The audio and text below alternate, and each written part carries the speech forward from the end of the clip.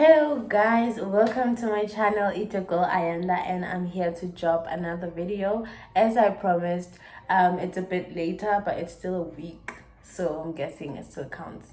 Before I get into this video, please don't forget to subscribe, like, comment, do all the works. I really appreciate for people who already did, and people who didn't, please go ahead and do it. Let's get into this video.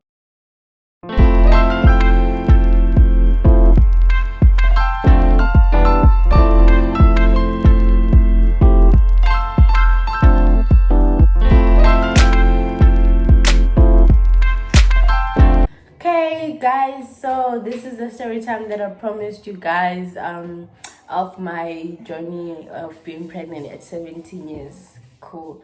So I'm just gonna let you guys on the basics, and I'm gonna answer the questions that the people from Instagram asked me. There's not a lot of questions. I think it's like there were 4, 5 if not. I'm gonna answer that questions, and then after that I'm gonna like continue with the story of how I felt during that time. Yeah. So I was basically 17. I was in grade 11.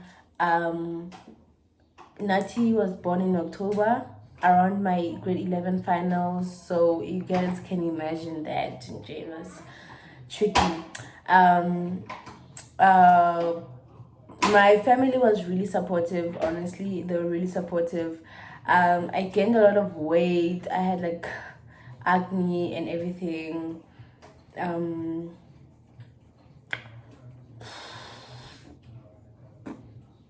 At school, people didn't really talk about me to me. So I'm guessing obviously they were talking about me, but I did not know, or I did not find out at that time. So yeah, that's that. I think those are the basics. Yeah, those are the basics. Let me answer the questions of the people that asked. So okay guys, I kind of lost the questions, but I remember the questions because there weren't a lot. If I'm forgetting something, maybe I'll just like explain it in the story time still. But so I have this first question is, how did you find out? Funny enough, my mom is the one who found out that I was pregnant. And she found out before even like, like testing me and stuff like that, because apparently she had a dream and that symbolized that someone is pregnant in our family. And I guess she just wanted to rule me out of the list. But then turns out, it's me. But yeah, my mom was the one that found out. How did you tell your parents? My mom was the one who told my dad, because I couldn't tell my dad. So my mom was the one who told my dad. And my mom obviously is the one who found out. So I couldn't tell because she already knew. How did you cope? How did I cope being pregnant? Honestly, I just coped on day by day, baby steps, honestly, because are you showing in my vlog? How? It's fine. I am. It's fine. How did I cope? Honestly, guys, it was like a day by day kind of thing, like baby steps, because obviously like when month by month your body is growing, you're getting big, the belly showing now, and now you have to buy clothes to adjust to your body, morning sickness, vomiting. So honestly, it was a new thing for me, but because my mom and my sisters and my dad were there, honestly just made everything just like easier. I was just taking it day by day. I didn't cope. I was just taking it day by day, and also because of like the support, it wasn't really difficult for me to cope. I don't know if I'm making sense. I hope I'm making sense. How did you deal with friends who talk behind your back? I don't remember this question precisely, but I think that's what the question meant. Something about friends and stuff like that. Well, while I was pregnant, the friends that I had were really like there for me. They were supportive. Things changed after Nati was born, but while I was pregnant, like I didn't have any issues with friends. No, I didn't have any issues. No, I didn't. honestly, if I'm being honest to you guys. I didn't have any issues with friends. Things changed after Nati was born. Also, I did not even know what happened. Like everything was but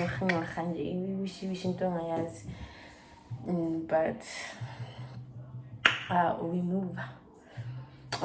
Did the thought of and also people talking about my behind my back, like I said in the previous video, I did not know, and I feel like that helped me a lot because I wasn't stressing and stuff like that. Like people are talking my back, and I wasn't even going to go get the gossip. Like, okay, sorry about that. Did the thought of abortion come? Okay, so did the thought of abortion come to mind? Honestly, guys, the time I found out, like on that time, at that day, it did come to mind because at the end of the day, I was a 17-year-old girl who is still in school in grade 11. Wabo, I had like dreams. I thought like being pregnant, and he has like that statement of when you're pregnant and you're a kid, you won't finish school, you stay at home, look after the baby, yeah, it was like literally on my mind. And so it literally did come into my Uguti. If I do keep the baby, that means I won't be able to reach my dreams. I won't be a lawyer. I won't, do what I wanted to do and stuff like that. So it did come to mind, but I did not go through it. I did not act on the thoughts because, as you know, Imanati is here alive and kicking. How did you cope in grade 11? Because I heard you were in grade 11. Honestly, Nina, guys, if I hadn't moved from pure maths to maths lit, from physics to business, I wouldn't have coped at all. Like, I feel like I would still be in high school right now, or finishing, or whatever, or still, like, looking for universities and stuff like that, because I wasn't coping at all. Guys, there were like extra classes, and I was falling asleep because, almost when you're pregnant, you're just like tired, like you're always tired. So I was falling asleep in classes. And also the teachers suggested that I move, which honestly I'm not mad. Like I'm not mad because they were being thoughtful of me and them also, because if being so shut up, I was gonna drop the school stingy, guys. If I'm not even lying, I'm not even kidding. I wonder if I didn't move from pure meds to meds lead, guys. So I coped by literally moving from pure maths and physics to business and math lit. That literally helped me because they are really easy. Like business and math lit, they're actually really easy. So well, for me, when I moved from poor maths to maths lit, it was really like a really smooth transition. Honestly, like I was getting like 70s. It was really like a smooth transition. It wasn't really difficult for me at all. So I feel like that helped me a lot. And in terms of other subjects, guys, like English and Afrikaans and ILO, it's just vibes, just vibes. I mean, guys, when I was pregnant, I had a lot of energy and I studied a lot. Like whenever I came back from school, I was studying.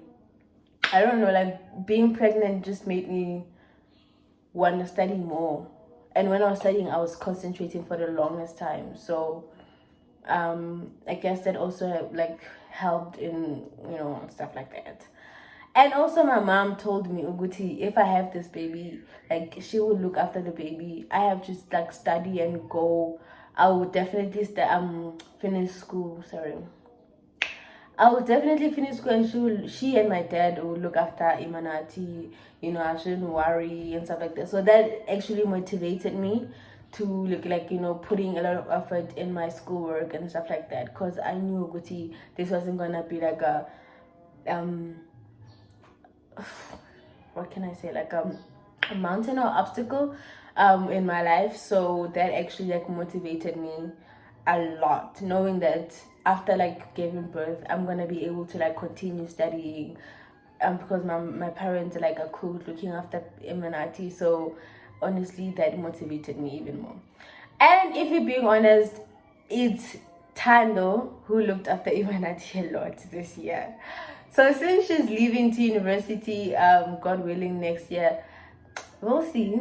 But my mom and my dad are doing a pretty good job doing that. Actually, for those who are wondering, Imanati calls my mom and my dad Mama and Papa, and she calls me by my name. Yabo. We all don't know if she knows I'm her mother or not. So I think we'll just find out when she's like a bit older and aware of her surroundings. If that's on everybody's like minds, yeah. She doesn't call me mom or anything like that. But since I've been here at home, we've been sleeping together. Like she doesn't want to sleep with anybody but me. So sister bond, mother and daughter bond, we don't know. It's just a bond, and I'm loving it. Honestly, I'm not even complaining. So yeah, to go back to the story, guys, I was able to finish school through my family's support. That was really, really, really like the nail in the coffin. Like when I got the support, like all my family support, I did not care about anything else. I was just grinding and hustling to finish school and get into varsity and stuff like that. I literally could see my future after that. And also being pregnant at 17 is not easy. It's not easy because kids your age are going out, having the time of their lives. I know from my friends, they would go out and obviously they wouldn't invite me, and I had no harsh declaring. I was like, it's okay. Like I understood why they didn't like want to call me and stuff, because I we have penises. Well, it was those type of things. So it really isn't like, I feel like that year I didn't enjoy it because I wasn't fully living. I was mostly at home. If I'm not at home, I'm at school. And also, guys, it's kind of tricky also when it comes to the baby daddies, because we are all kids, we're all teenagers. So that was also like a tricky situation. Besides changing subjects, that the baby daddy issues were also like a tricky situation. But it all worked out for the better for both me and him. I hope on his sake. But yeah, like I feel like for most teenagers, we're not even teenagers, guys, we're minors, because I wasn't even 18. So I feel like for most minors who are pregnant, the most issues they have is like school, the baby daddies, because I'm pretty sure like most teenagers, well, I hope they don't sleep with older people, or they don't engage with older people, and it's like people their age. And we are also, as much as I was scared, the other person was also scared. So I feel like that's also an issue for like minors who are like pregnant at that age. And also the body changes, because like you're getting bigger. Some of the clothes don't fit you. You always used to like wearing crop tops, so now you can't wear crop tops because now you want like your body's just getting bigger, stretch marks, everything. About that also, it was like I didn't think I was gonna come back from it. Honestly, I didn't think I was gonna come back from that body, because it was horrible. Okay, the body changes, and then also for me, it was basically just like being at home. And as much as we would normalize, like, well, my mom liked, excuse, well, for my family name, they weren't like a bit like judgmental, or like looking at me in a way where I would feel like shame when the belly was getting bigger. Like my family did not do that, but for me as a person internally, I just felt shame when I would look at myself in the mirror, and I would see the results of my actions. I would literally feel shame. I don't want to lie to you guys. So I feel like that's also like a big issue for other people. Like you seeing yourself in that state, you wish you would have done things differently and stuff. But then, as we know, we can't change time. And I feel like that's how I went about. Like I can't change this. This has happened. This is what's gonna happen. It is what it is. But you just have to live with it. And also, if you don't have the support from your family, or from your friends, or from your baby daddy or the dad of the kid, it's also like an emotional toll. Well, I had the support from all at that time during the time I was pregnant, so I wouldn't know. Honestly, I wouldn't know. I'm just saying, like, for those people who don't have that, it's kind of like an issue. Yeah. And also, the after effects also, like, you have to, Melissa, the baby, you have to breastfeed the baby while you have to go to school. You have to sometimes look after the baby, because now obviously your parents or your family or whomever is around can't look after the baby all the time, so you also have to take the reins, and it's kind of difficult because you don't know, yeah, about like how or what to do. You just like, what now? I feel like I remember at some day I cried with Imanati while she was crying and she was supposed to be sleeping. I honestly really cried with her because no, it was like a no, because I love my sleep, and Imanati would sleep but she wouldn't sleep sometimes. Yeah, bro. So yeah. But yeah, guys, kids grow. Honestly, kids grow. But anyway, I really hope you guys watch this video till the end. If you did, please leave this emoji here in the comment section and leave a thumbs up if you liked the video. Even if you didn't like the video, please just leave a thumbs up, because I talked a lot and talking isn't my strong suit. And also, don't forget to subscribe and tune in for more video, because it's December, baby. It's gonna be lit. Literally starting from next week, Friday. Yeah. It's the second Friday, ne? Tune in, guys, for more because you're girls. You know that. So please do tune in for more. Starting from next week, Friday, guys, it's gonna be lit. It's gonna be lit. Watch out. So love you guys. Thank you for listening. I'm literally here with my sister. She's a bit crusty, so you won't see. But go check her out on Instagram at Tando N. She's not crusty there. And go follow my socials at King Andrea on my Instagram, at King Andrea01 on my TikTok. And also, don't forget to subscribe to Ayanda Nhlapo's channel.